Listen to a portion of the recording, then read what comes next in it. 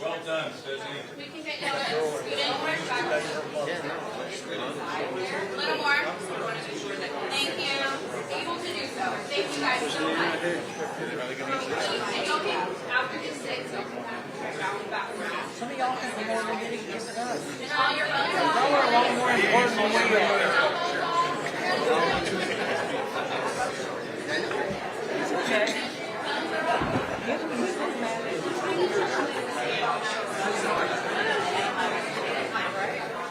I wouldn't think that.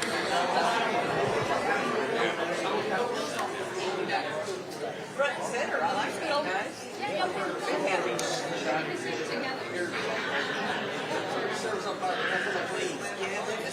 And all the Texas police chiefs. That would be great.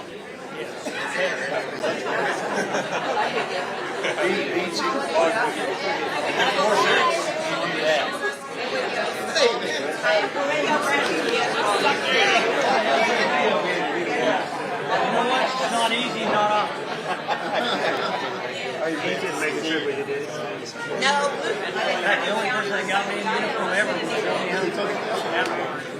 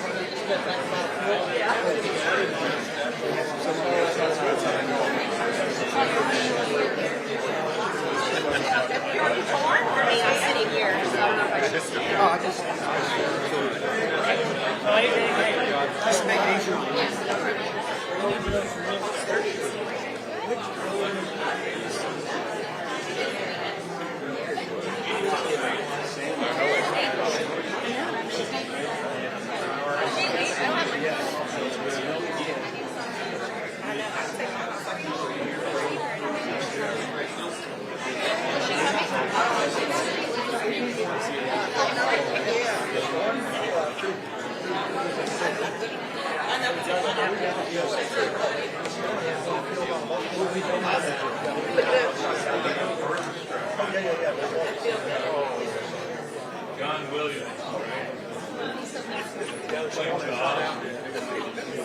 He was conducting the orchestra.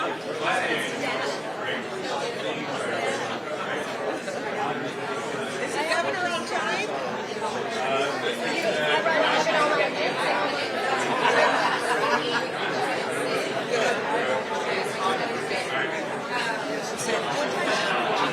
I feel like I've been standing for the last 2 weeks, running back and forth between y'all's favorite and mine. Marble floor. That was amazing. That was amazing. Yeah. Yeah, Everybody's going, I'm not moving to that. yeah. Then they realized what the alternative was. Absolutely. Sorry, what? Yeah, I'm sure we'll all hear about it. A little bit, but That way. Yep.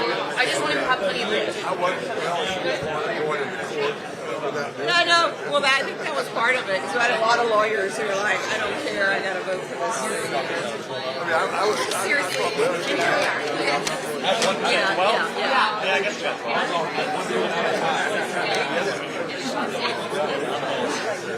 Yeah.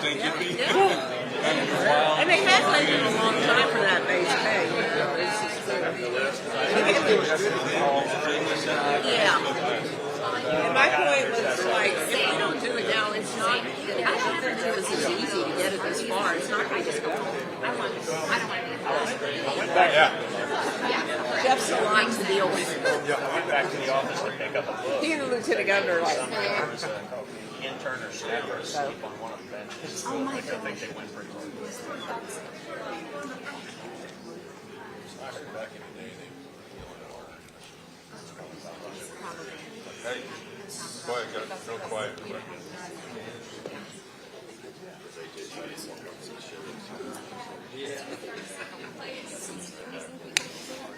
Oops.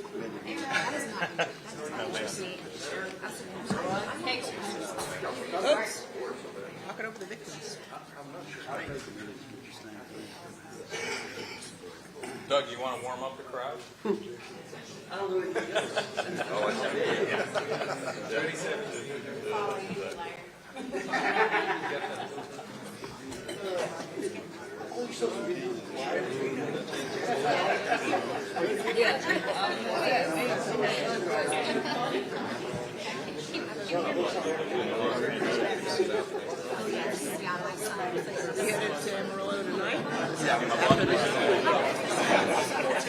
Ready to go home?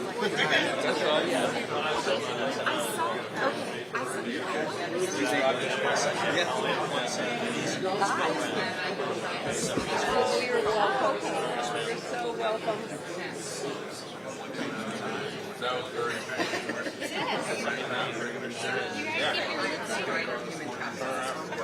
Picture.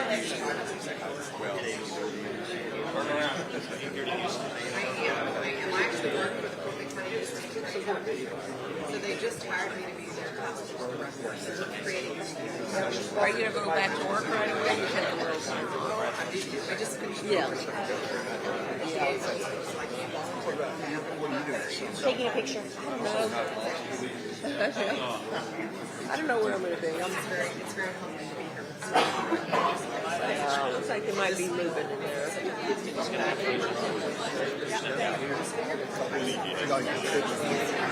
Not really. Just kind of decide what my next step is. Do that and then I'll move on. Yeah, I gotta make a decision. I mean, I don't pretty much made it, but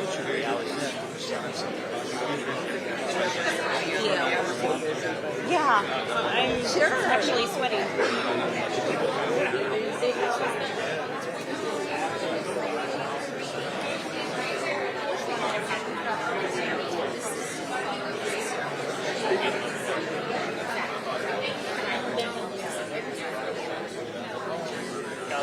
All right, here's the guys. Hi. 10 of the hour. Yeah, no, he's right next to the center. Yeah. The words. Oh, okay.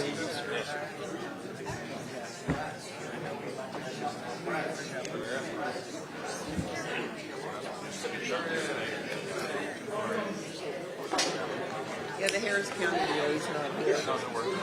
I will. I got his back. Don't you worry. I got his left flank.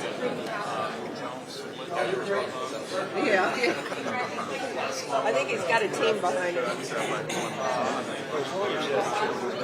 Yeah, I think we'll be fine. Oh my gosh. Oh, no. Apparently Leach was tweeting something this morning where his wife was and said the lieutenant governor off. Hello. Hello. Hello. He's standing. He's standing. Yeah, what?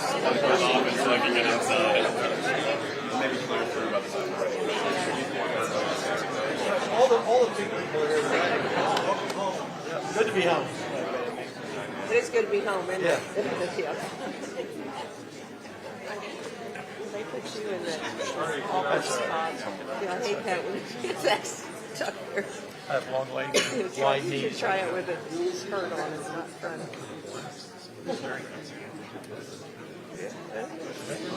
Well, ours. No, I Yeah. Oh, yeah. But they're. Some of them are from this very city. Oh, they're not all of those. A little bit. Well, I don't know. You mean the one that did? Oh, I don't know. Oh, I don't know. Okay. Okay. Yeah.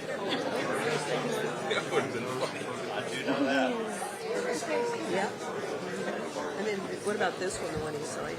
It says here 5. well, I'm not going to talk Oh, yeah, this is what he told me. Yeah. but I'm going to talk about the ones that didn't. Yeah, it's still the same one. And I might have you fill in on the 87 is the one Yeah. and SGR1 is the Felony illegals.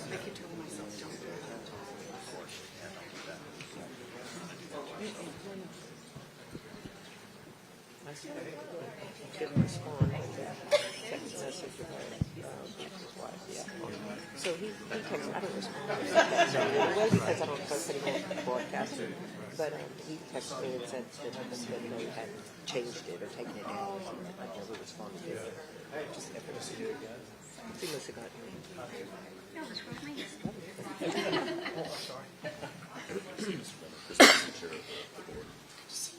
Yeah, long time no see. Good to see you, man. Doing all right? There he is.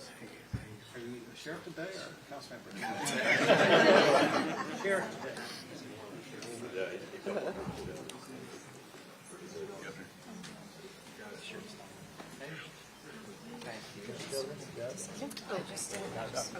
Great to see you, man. Congratulations. Congratulations on you. Yes, sir. Plaque up on your wall. Yes, sir. Small one. There's two. There's two. Don't worry about it. Thank you for your help. You got it. Praise. Hey. Caroline. Doing well. Praise. How's it going, man? Great to see you. Thank you. You two guys. Sure. Governor? Governor. Well, you want me to make an announcement? I don't know. Let's see how much votes you have. Good afternoon, everyone. Good afternoon. I'm Rania Mancarios, CEO of Crime Stoppers of Houston. What a very special day today is. I want to thank Governor Abbott, Lieutenant Governor Dan Patrick, Senator Joan Huffman, Chairman John Smithy, law enforcement partners, district attorneys, so many other distinguished guests, elected officials, board members, Andy Kahn, Amy Castillo, the victims, their survivors, and everyone gathered here today. This is more than a bill signing. This is a day of reckoning. Today marks a historic moment in a fight for change that we began in 2018, a fight to stop a broken bail system from endangering the very people it's supposed to protect. Too many families have paid the ultimate price for a system that has failed them. Too many officers have risked their lives rearresting violent offenders. Too many communities have been shattered by repeat criminals who should not have been released. We know this because we've lived it. We've sat across from grieving parents and surviving family members. We've combed through court documents that read like warnings that no one heeded. And through our Glenda Gordy Research Center, the number confirmed our worst fears. In Harris County alone, hundreds of defendants have been charged with secondary homicides while out on a felony bond. If you've been arguing to keep that practice going, something is wrong. This isn't just bad policy, it's the intentional destruction of communities, and it must stop. So for us, doing nothing was never an option. We took hits, as the governor knows, we took punches, but we never stopped advocating. While cities across the country struggle with the fallout of failed bail reform, we at Crime Stoppers of Houston rolled up our sleeves, worked with our board, our executive team, and lawmakers across multiple sessions, never losing sight of one thing: public safety must come first. We share critical data and firsthand accounts with Governor Abbott and Senator Huffman, and we all understand that critical data that we were discussing was more than names and numbers on a spreadsheet. These were the lives of dearly beloved individuals, fellow citizens who were needlessly and recklessly killed. For all of us, this was a resounding call to action. And now today, we stand on the verge of real, lasting change. Senate Bill 9, Senate Bill 40, House Bill 75, especially SJR 5, the proposed constitutional amendment, represents more than a policy shift. They are promises kept. Promises to victims that their voices mattered, promises to families that we heard their pain, promises to Texans that we will not let violent offenders turn our communities into revolving doors of danger. But while we are extremely thankful to all who got us here today, we know it's not the end. It's the beginning of the next challenge to pass this constitutional amendment in November. So we urge every Texan to vote. Vote to keep your community safe. So I'd like to further take a moment to thank those who helped us today. Governor Abbott, thank you for being a constant advocate for safer communities and for signing these historic bills here today in Houston, where this fight began. Lieutenant Governor Dan Patrick, your personal time with victim families spoke volumes. Your empathy turned into action. Senator Joan Huffman, your leadership and relentless resolve delivered this amendment through the legislature. We thank you for standing firm when it mattered most. Chairman John Smithy, thank you for building bipartisan support and amplifying a call for change in the House. To the victims, many of you are here today, to those who testified, who stood up, who lived their tragedies over and over again. You shared your pain so that others would not go through the same. We thank you. You are the heroes of this moment. To the entire team at Crime Stoppers of Houston, I'm so proud, so deeply proud of this moment. As I've said from the beginning, it's a legislative process, but it should have never been political. So with that, Governor Abbott, thank you so much for being with us today.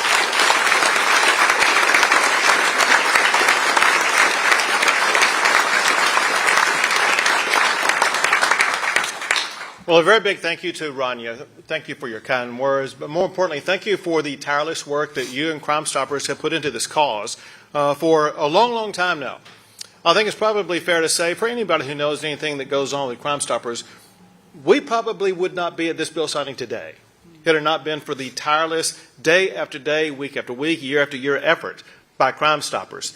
You've changed the state of Texas.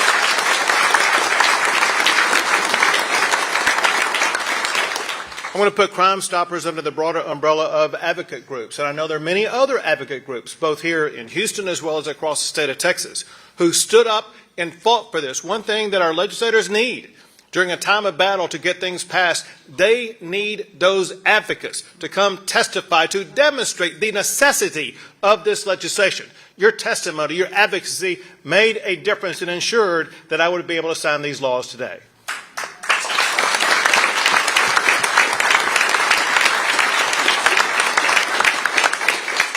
To the victims and their family members.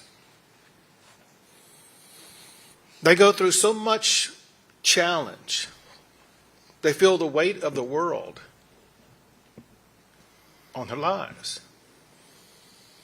They step up and talk and hope and pray and talk to politicians and hear words. And I think after a few years, they think, all of this is for nothing. For nothing. We're not getting anything to address the pain and suffering that not only did we suffer, but that was caused by sheer tragedy. Today, that pain is answered. Because of what you and your families have been to.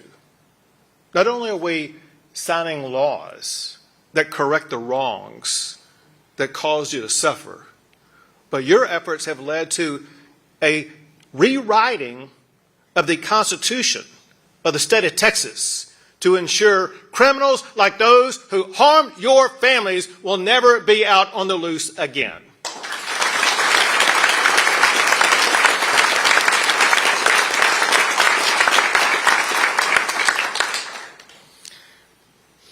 Cannot thank Lieutenant Governor and Speaker Burrows enough for prioritizing this. I know you prioritized this a long time, and you're from Harris County area. You know this issue like the back of your hand.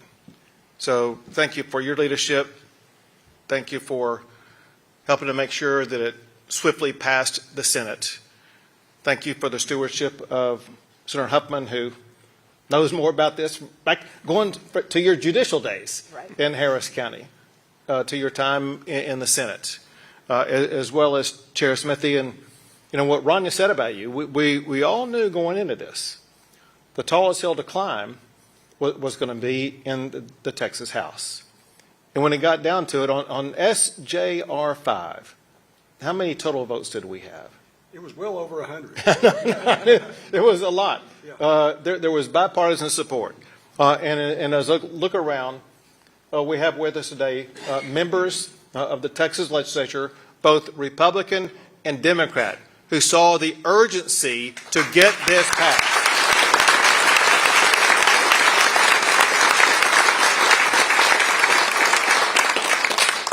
Another group of people with us today who fight for us every day, quite literally with their lives, and that is law enforcement officials. We cannot be a safe city, county, or state, or nation without these law enforcement officials putting their lives on the line, and those lives were under assault by these judges who were letting these criminals loose, criminals that they arrested to put behind bars only to see back out on the streets just a few hours later. threatening the lives of the very law enforcement officers who arrested him in the first place. This group of laws is as much for those law enforcement officers and their protection and their safety as much as anything else. So please give it up to every man and woman who wears the uniform of our law enforcement officers.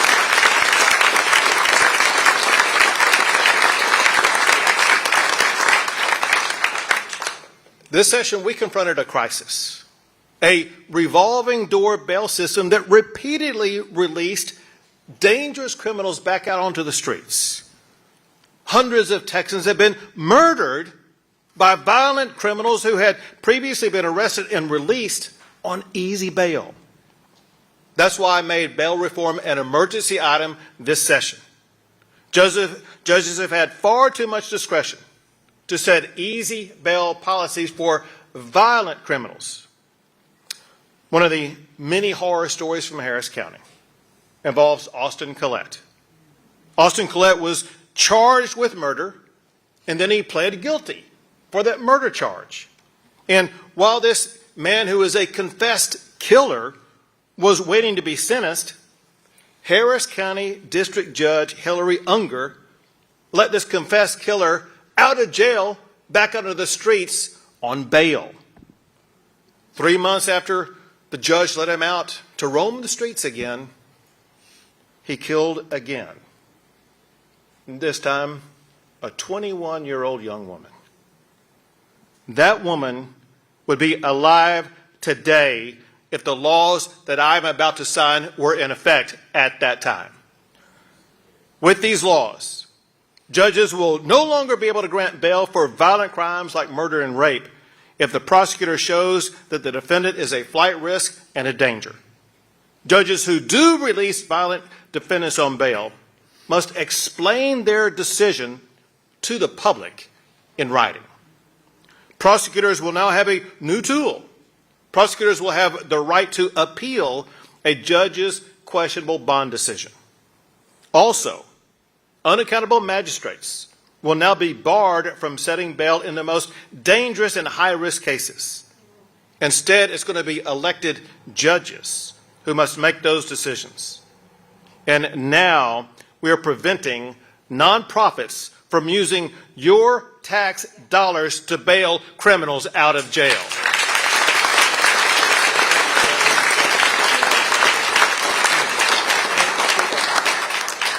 As one victim's father told me, our criminal justice system gives offenders the opportunity to go back to their lives. Meanwhile, the victims can never go back to their lives, and neither can their grieving families. That travesty ends today, thanks to the hard work of the Texas House and Senate. Lives are going to be saved because of the action they took this session. Now, let's make this law.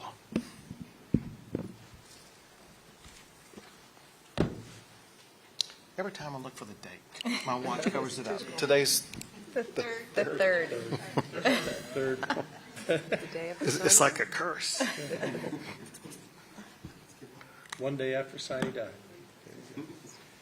So I don't get to pay attention to that because I'm still in business. So are we. So are we, actually. We're in business.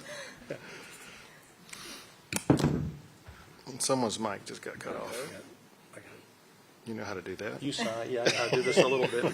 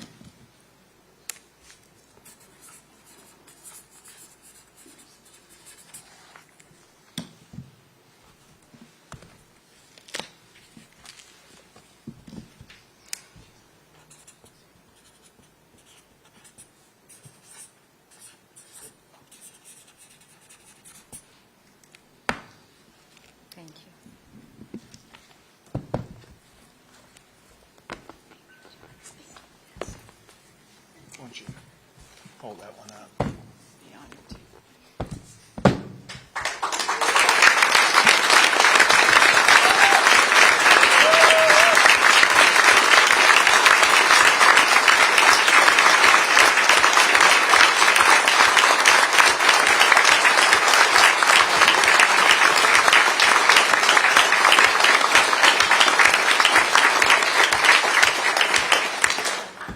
Now I want to turn it over to Lieutenant Governor Dan Patrick. Thank you, Governor. I've known Andy Kahn a long time. We started the Crime Commission about 35 years ago, I think, long before I was in office, to look at this issue. I've been involved with Crime Stoppers, and Ronnie, thank you for the incredible job you do, and all the board members and all the volunteers.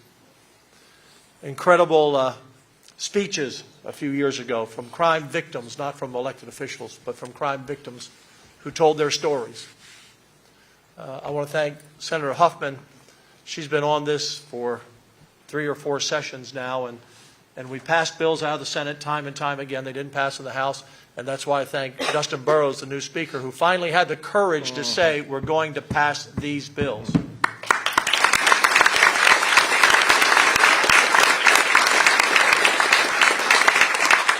You know, we all love Jocelyn, and we'll never forget her. And her family has been with us all this time. And I brought Mom and other victims' families into Dustin's office in the beginning of session. And I said, we have judges in this town who are letting murderers out, rapists out, child sex offenders out.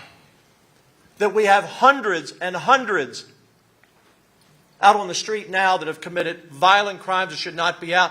And he was amazed. He's from Lubbock. He said, we don't allow that in Lubbock. That doesn't happen. I think he said they had 12 murders in the last year, its entirety. So the fact that we were able to tell the story of Harris County and Houston to a rural speaker, and with our friend John from the Panhandle, who said, it doesn't impact me, but it impacts Harris County and Houston. And when it impacts the largest city in the state and the largest county in the state, and those criminals can go to other counties and travel across Texas and commit crimes, they stood up. At the same time, on this glorious day that we're standing up, there were 2 bills, Senate Bill SJR 87 and SJR 1, that did not pass. We were within, what, 2 or 3 votes, Governor? 3 votes. And he called out a name of a DA who let a murderer out. We've called out names of judges who don't even work and let murderers out. I want the voters in these districts to call their Democrat members and say, Alma Allen, Anna Hernandez, Ann Johnson, Morales, Rosenthal, Simmons, Thompson, Wally, Ward, Hubert Vo, Gene Wu.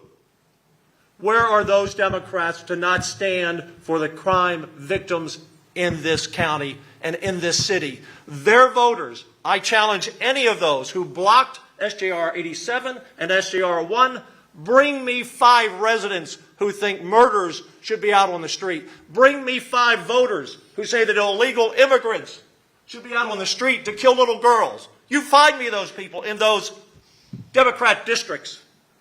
Democrats stood in the Senate and the House to pass these bills. But these 2 important bills did not pass because we were 3 votes short. So the voters in Harris County and Houston and Fort Bend County, Ron Reynolds is another, voters, they are the ones still letting illegal immigrants who commit violent crimes out, and they are still the ones letting people who are citizens of this country out on the streets to kill again. And we will not stop in the Senate. I know the governor will not stop until we pass SJR 1 and SJR 87, whether it's in a special session or the next session. We will not stop until these criminals and these illegal immigrants who are here committing crimes and killing little girls under a bridge are put in jail forever and never let out on bail or bond. And we need their help, the Democrats in Harris County and Houston, to get those bills across the line.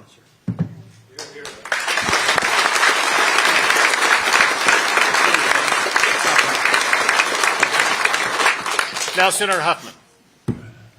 Well, good afternoon. It's great to be here. And, you know, it's hard for me to talk about this because I usually get emotional because I guess from my days as a prosecutor and a judge, you know, when you work with victims and you sit in a courtroom and, you know, you have such courageous families who have to live and hear about what's happened to their precious children or their parents or their sisters or their mothers. And what strikes me about victims is there's this quiet courage and this belief in the system. And that's what always floored me, is that how could they be so brave and so strong and sit there and listen to the worst details that you could ever imagine about someone they love so much. But they do it because they show up. And that's what the victims who fought for this reform did. They were quiet, courageous, and patient. I remember several times as this failed over the years, and I kept passing it, I would make the plea, we are failing these folks. We are failing these victims' families. But I feel today that we have a measure of success. So my prayer is that what we've managed to accomplish does give these victims and their families at least some measure of peace and belief that the system is working for them and listening to them. I will say that it is really the honor of my life and so humbling to be in a position where I could be a voice for you. I tried to be a strong voice. We have had success, and in my heart, I believe that this will make a difference to the safety of people in Texas, to the victims. What started out as just a public kind of a change in policy as we started to see, you know, the crime numbers growing. Andy Kahn, you were so great about keeping the data and Crime Stoppers. But it kept growing and growing, and then it became a quest to save lives. Literally to save lives. And I do believe that what the governor has signed today will save lives. And so I'm going to say that that's a success. And I hope that the victims feel that way, but I will keep fighting for you, and we'll keep fighting until we have a system that works for everyone, including the victims. So thank you very much. Thank you, Governor.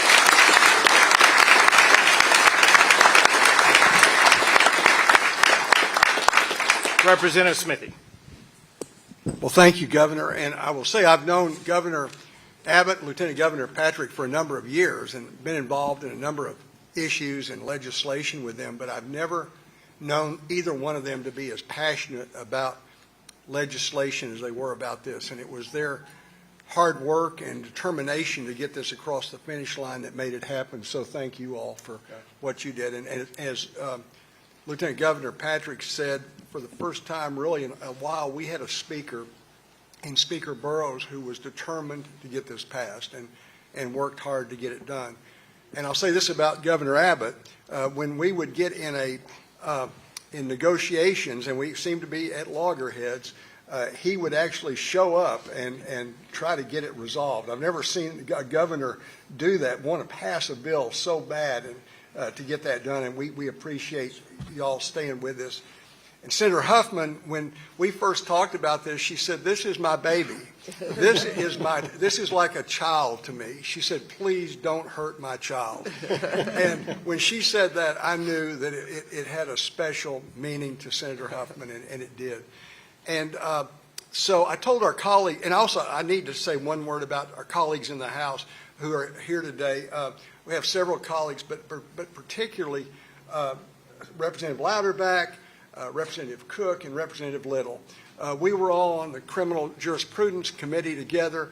We would have never gotten this bill passed, I can tell you, in the Texas House without their just tireless work on getting this done. We had to get a lot of votes to get this passed, and we didn't have them, and then we were able to get them. And so their work was extremely important. I told I always said this bill was not about me, or it's not about Senator Huffman or even the governor or lieutenant governor. It was always about the victims and their families. And it's their bill. And, I told our colleagues, it's not every day you get to work on a bill that will save lives.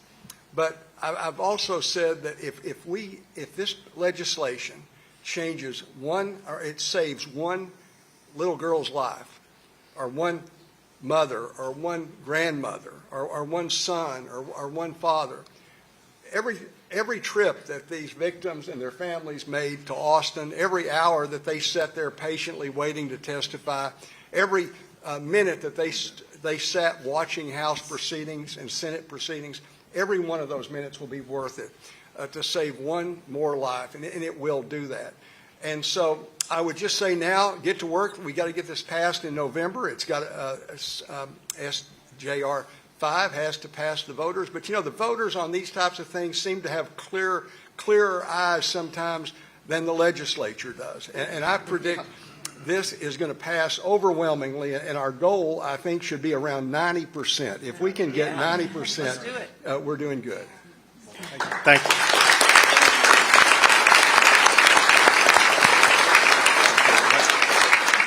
So, back in the 1990s, I was a state district judge in Harris County. And in about 1994, I was fed up with what were easy parole policies. And I got to know a man named Andy Kahn. Right, was that three decades ago? Who was still in kindergarten at the time, I think. He never changes. And we worked with a woman and some others to form an organization called Justice for All in an early effort to combat the types of challenges that we're combating today. So I know firsthand, 3 or 4 decades, whatever it is. Yes, 3 decades. 3 decades. Going on So 4. Andy has been in this fight for 3 decades. No one knows as much about it, is involved or cares as much or has as much institutional knowledge about waging this fight. And I'm proud to be able to call him a friend and introduce him at this time. Thank you, guys.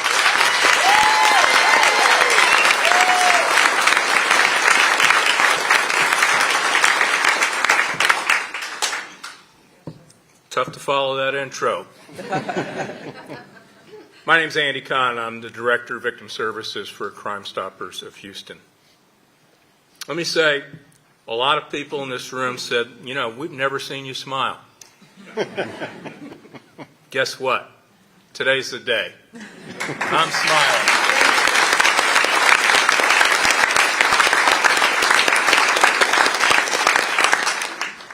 I first met Amy Castillo, and she sent me a Facebook message after her brother was murdered. And as Amy tells it, I was shocked you responded. I respond.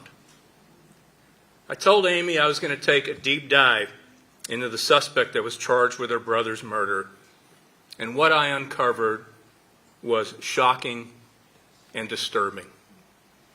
I had to tell Amy her brother was murdered by the defendant the very same day he failed to appear in court to have a GPS put on his ankle. Keep that in mind. He failed to appear in court and murdered Amy's brother that very same day. I had to tell Amy the defendant was also out on bond for aggravated robbery in Fort Bend County. And despite being on bond for aggravated robbery in Fort Bend County, he was allowed to post 2 more felony bonds in Harris County. I had to tell her that after the defendant was charged with capital murder on her brother that, most capital murder defendants don't get out. It rarely happens. I was wrong. The last several years, I have had the privilege of watching Amy Castillo grow into a role as a voice for victims. This year, for the first time, she testified in support of the very bills that Governor Abbott signed today. Chairman Smithy, when you stated on the floor that even though these bills have our names on it, the bills belong to victims and surviving families. And on behalf of my constituents, we deeply appreciated your statement. I made a promise to Amy that her brother, Joshua Sandoval, would be a catalyst for change. Promise kept.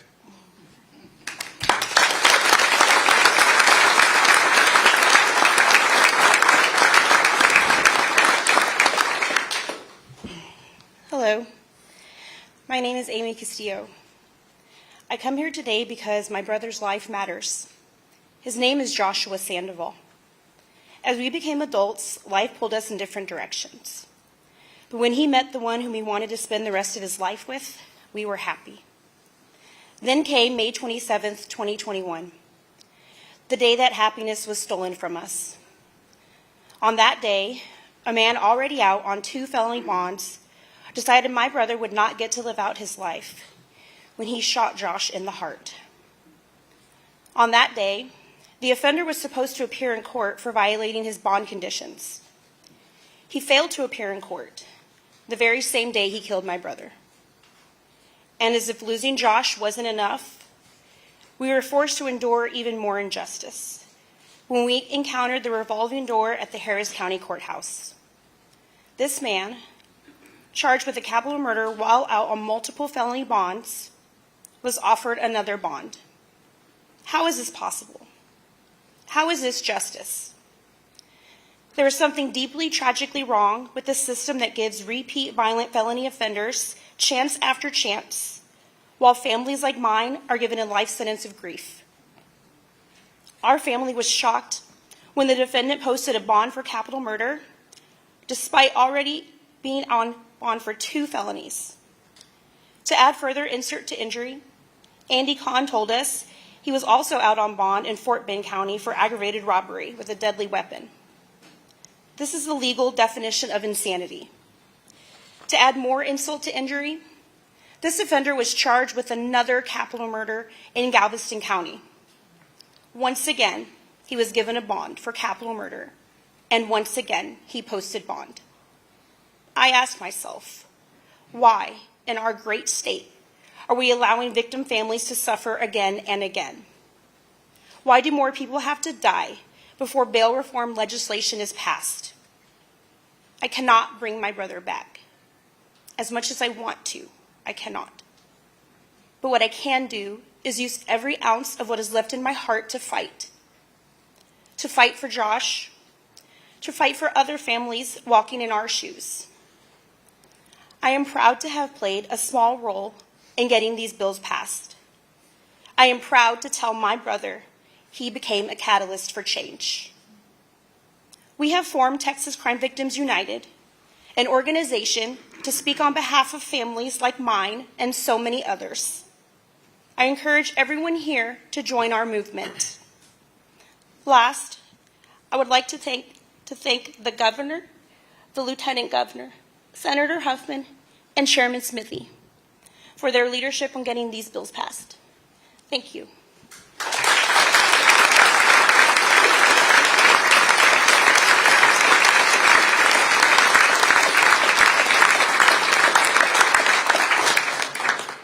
Amy, your story puts a punctuation point on why these reforms, this legislation, this constitutional amendment were needed. You also made another point that's very important. You talk about the organization that you have organized, that you are advancing, and that you are urging others to support. That's in recognition of the reality. This fight is not over. We have to continue this fight. And the last thing I'll say is this, and that is there was a litmus test for every elected member in the Texas Capitol this session. Do they stand for and fight for the citizens in their district or the criminals who kill them? Many passed that test. Some of them failed that test. Those who failed that test will face their own reckoning. With that, we'll be happy to take a few questions. Governor Abbott, we heard the Lieutenant Governor talk a little bit about those 2 constitutional amendments that didn't get passed. When looking through the totality of bail reform session, what are your thoughts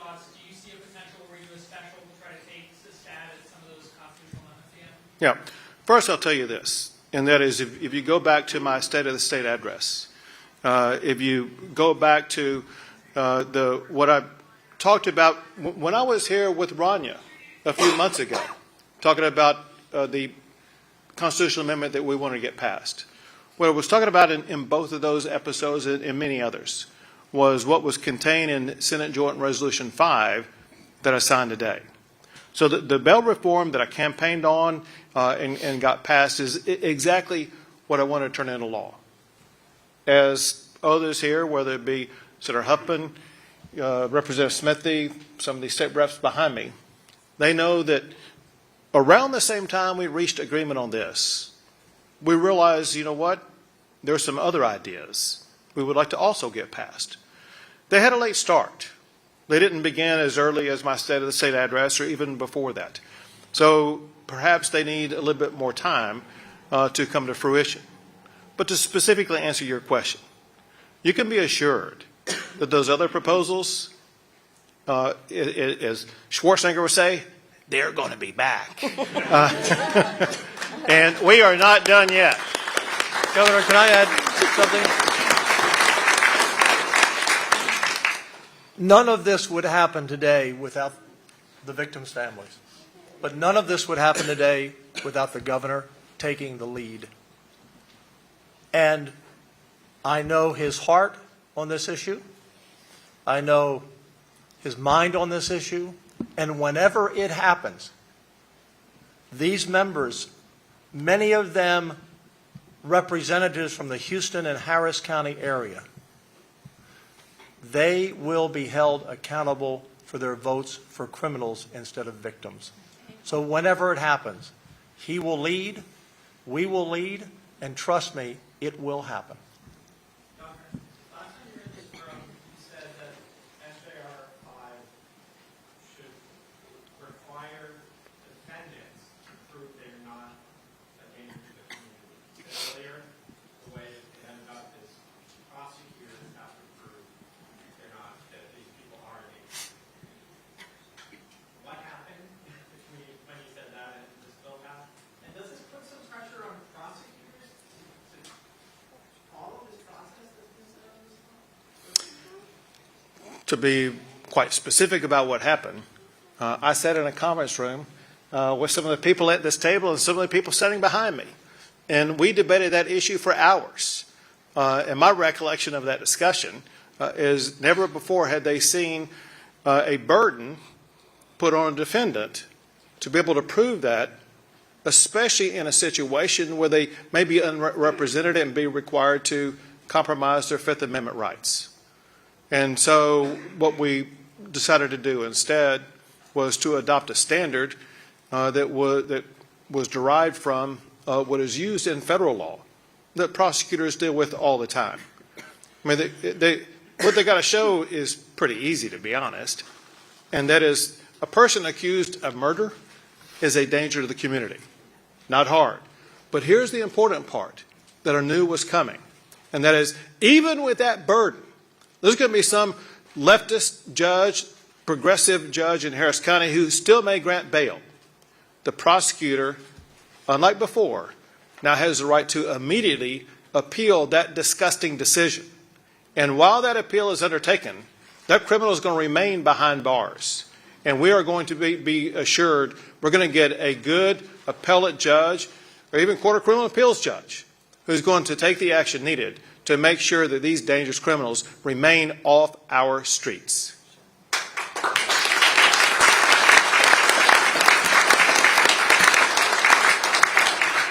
here today talking about accountability. There are thousands of stores across the state of Texas that sell THC controlled products. What the meaning of that is, and whether you think it's a good thing that Texas can go in and buy these products today. So you're talking about SB 3. And it is one of literally more than 1,000 bills on my desk, all of which need my careful consideration and evaluation. And I will give all of those pieces of legislation the consideration and time that they deserve. I think as a dad, how do you feel about the fact that Yeah, very nice twist to the question. You're still not going to get an answer. Yeah. Last question. Quite talented. Sure, man, I'll come back to you.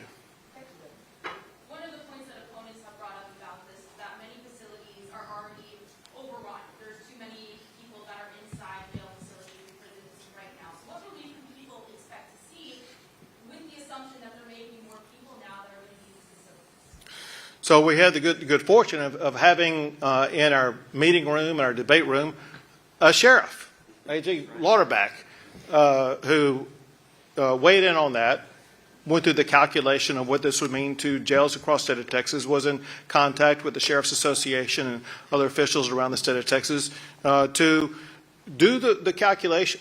And we feel that the jails will be capable of doing that. To the extent they're not, we as a state will be capable to respond to that and make sure they do have the resources they need. We as a state understand it's a priority to keep dangerous, murderous criminals off the streets. We're willing to pay the governmental price to make sure we keep those people behind bars because it means that much to the safety of our citizens. Sure, ma'am. Thank you, Governor. You, Senator Huffman, and others referenced the ongoing efforts to finally get bail reform across the finish line, as you said. Only a few years ago, there was real movement to defund the police departments, Austin and elsewhere. What do you think was the linchpin change to get this bail reform to where it is today? People are getting tired of being killed. It's simply that.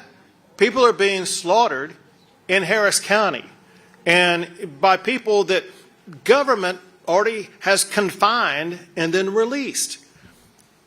I'll use a line that I told these members as I was fighting for this.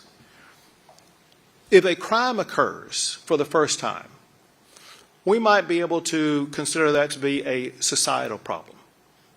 If the criminal gets arrested, a dangerous criminal, and gets confined, and then is released back on the streets, and then another vicious crime occurs, that goes beyond a societal problem.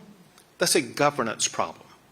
And what was needed here was a correction of governance to make sure our system was no longer broken and we would keep these people behind bars.